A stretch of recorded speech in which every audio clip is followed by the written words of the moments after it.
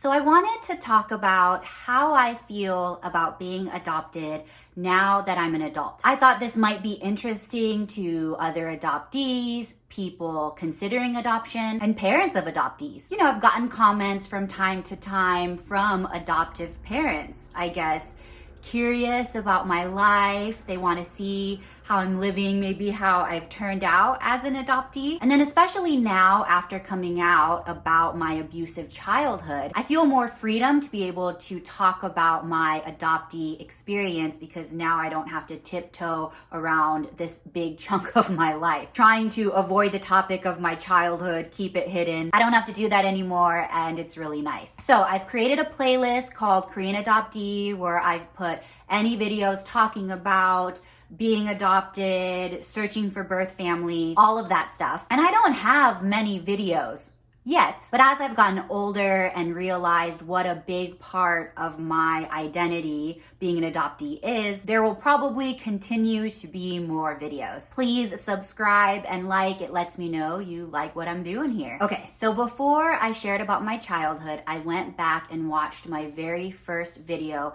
talking about being adopted. I think it has quite a few views. It was filmed 7 or 8 years ago. I mentioned how rewatching it was a little cringy for me. Poor young naive Hannah, a little brainwashed. And I said that because I think at that point in my life when I had made that video, I was still just repeating the things that had been told to me about adoption. Things like how grateful I should be and how lucky I was that I was saved, rescued, that someone wanted me. Another thing I was told was that I was actually loved more than other children who weren't adopted because I was wanted and sought out. Like a mother didn't just have me, my mother, adoptive mother, went and got me.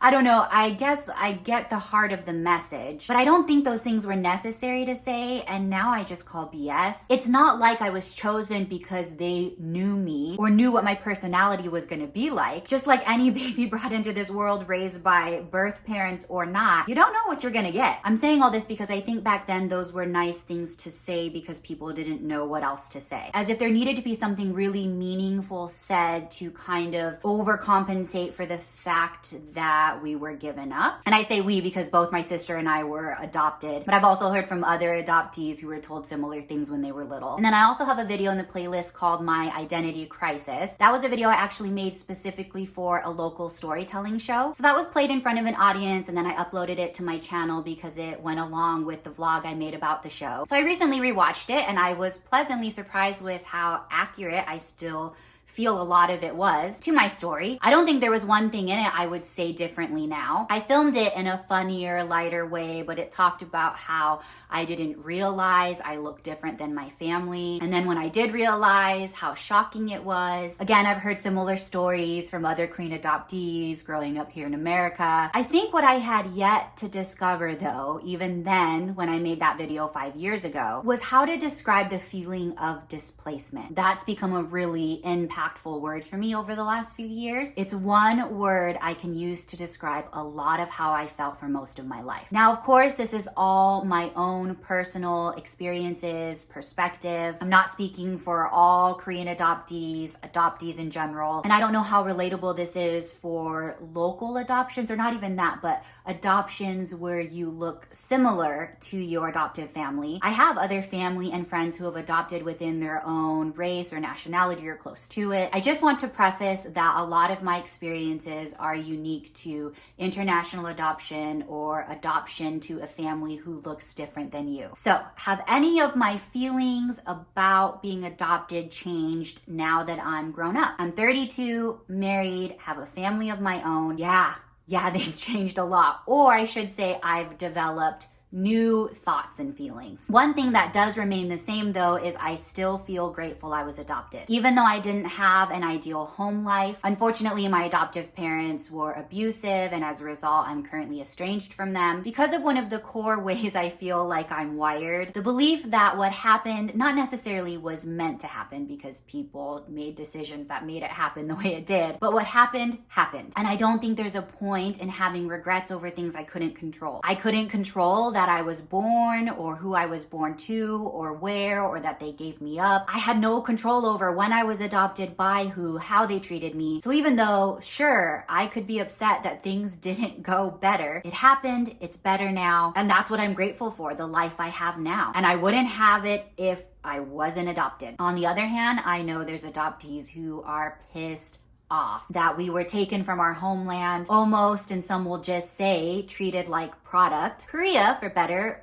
or worse, probably worse, gained the reputation of being the Cadillac of adoptions. Since the Korean War, there's been something like 200,000 babies and children adopted out. There's one view in the Korean adoptee community that us adoptees helped rebuild Korea's wealth. You know, war brings devastation, poverty. It's hard to recover from that for a long time. But like I said, that's one view. It's not everyone's view. Personally, I understand it and I think there's truth to it, but it doesn't enrage me. I don't feel screwed over like some pawn that was used for some larger gain, but I can see why others do. And I can empathize because, hey, I was one of those pawns. Okay, so what are some of the ways my feelings about being adopted have changed? I no longer think that it's just this beautiful thing, period, which was what was spoon-fed to me all of my childhood, especially growing up in a Christian environment. I was told things like adoption is the ultimate show of love. We've all been adopted by Christ. My parents adopting me is like this pure example of how Jesus adopts us. We were all orphans until God chose us. You know, saying things like that to an actual orphan who was physically orphaned as a baby, it just is gross. That's how I feel about it now. All right, I'm gonna go off on a tangent for a minute. First of all, if my parents adopting me is supposed to be an example of God's love and how he adopts us, but my parents abused me, that's super confusing. And it totally just played into the shame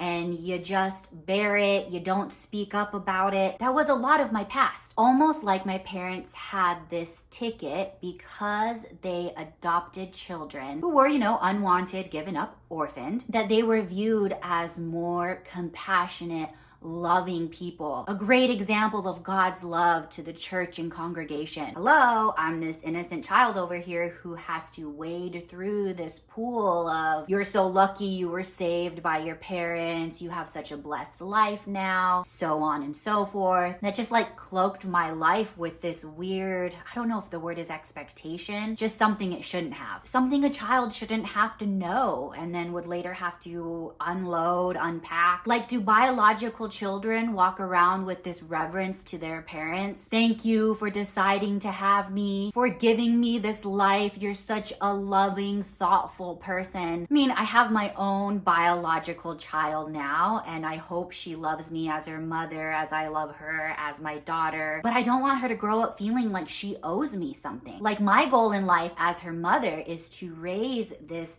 healthy, whole, competent, strong soul who's gonna grow up and go into the world, live her life, be who she wants to be. I don't know, I would just never want her to feel like she owes me her life. Sorry if that was a little bit of a rabbit trail there. Again, this is all very personal to my own experiences. And some of those experiences were dysfunctional. Definitely some narcissism going on. And with religion being thrown in there, there was some twisted stuff. Another thought I have about adoption now as an adult is the system is broken. Of course there's good there. We want children without families to have a family and grow up in a loving, caring home and environment. That is the ultimate goal, right? Children who need a place to be raised, finding that place. I just wish there were, I don't know, better ways to vet the people who are getting kids. And I'm totally speaking from a place of wishful thinking and an ideal world. I don't know all the ins and outs of adoption and the loops and rules and manpower. But as an adoptee who ended up in an unstable situation, I wish someone had checked up on me. I get that mental illness and therapies were not at the forefront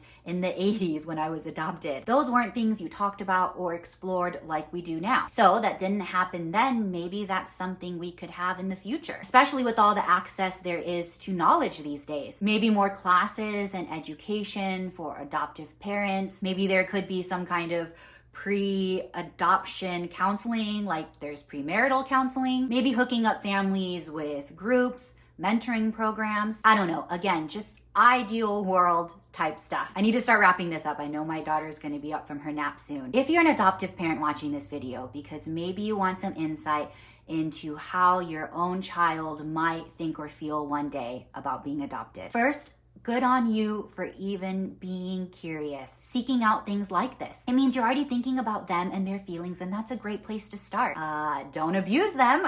I know that's kind of dark, but it's true. That alone, and they will hopefully be better off than this adoptee here. All joking aside, if they're old enough, ask them how they feel. Have open conversations and communication if and when they want to talk about it. Make it a two-way street, not just you telling them your story of adoption, the reasons you adopted and the steps it took to get them. That's all great. But let them share their adoption journey as well, because theirs is going to be unique. And they'll be experiencing their own things that you might not have even thought of or been aware of. And hopefully that'll be a whole beautiful bond on its own. I don't think there's a need for denial or forcing a narrative that isn't true. You're not their birth parent. They have a birth parent or parents who probably exists out there somewhere. That's not you, and that's okay. And there's no competition or need for compensation to make up for the love they didn't get from their birth family. I think knowing that and accepting that and then being their safe place now. That's what it's about. And you will make mistakes, as we all do. Every parent, whether biological, adoptive, all human beings, we mess up. Ask for forgiveness and continue to try to be better. And